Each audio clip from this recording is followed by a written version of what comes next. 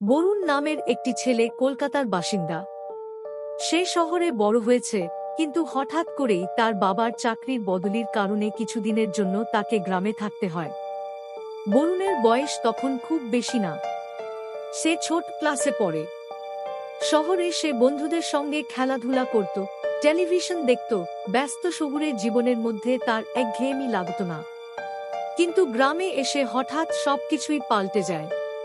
গ্রামে তার সমবয়সী কোনো বন্ধু নেই, খেলনা নেই, সিনেমা হলও নেই, টেলিভিশনও নেই। গ্রামের জীবন শান্ত হলেও বরুণের কাছে তা একেবারেই নিরানন্দ আর একঘেয়ে মনে হয়।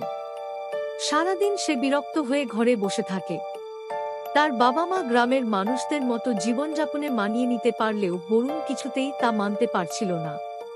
গ্রামের পাশে ছিল একটি পুরনো বাগান। বাগানটির নাম গোসাই বাগান।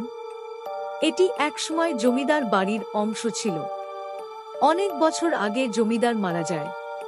তারপর থেকে জায়গাটি অবহেলিত অবস্থায় পড়ে থাকে। চারদিকে বড় বড় গাছ, ঝোপঝাড়, নীরবতা আর ভৌতিক পরিবেশ। গ্রামের মানুষরা বলে বাগানে নাকি ভূত আছে। বিশেষ করে সন্ধ্যার পর কেউ ওখানে যায় না। শিশুরা তো দূরের কথা, বড়রাও ভয় পেয়ে বাগানটিকে এড়িয়ে চলে। কিন্তু বরুণ ছিল কৌতূহলী ছেলে। গ্রামের নিরানন্দ জীবনে সে কিছু একটা নতুন খুঁজছিল।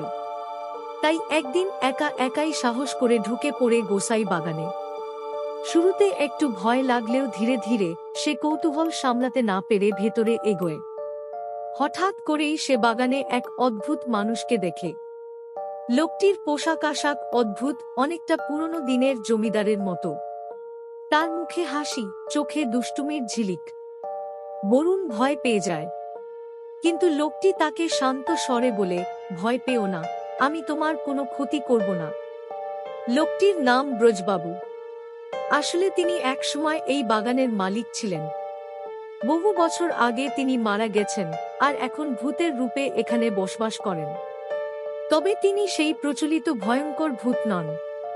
তিনি ছিলেন বন্ধুসুলভ, রসিক আর দুষ্টুমি করতে ভালোবাসেন। প্রথমে বরুণ বিশ্বাস করতে চায় না, ভাবে হয়তো কেউ তাকে ফাঁকি দিচ্ছে।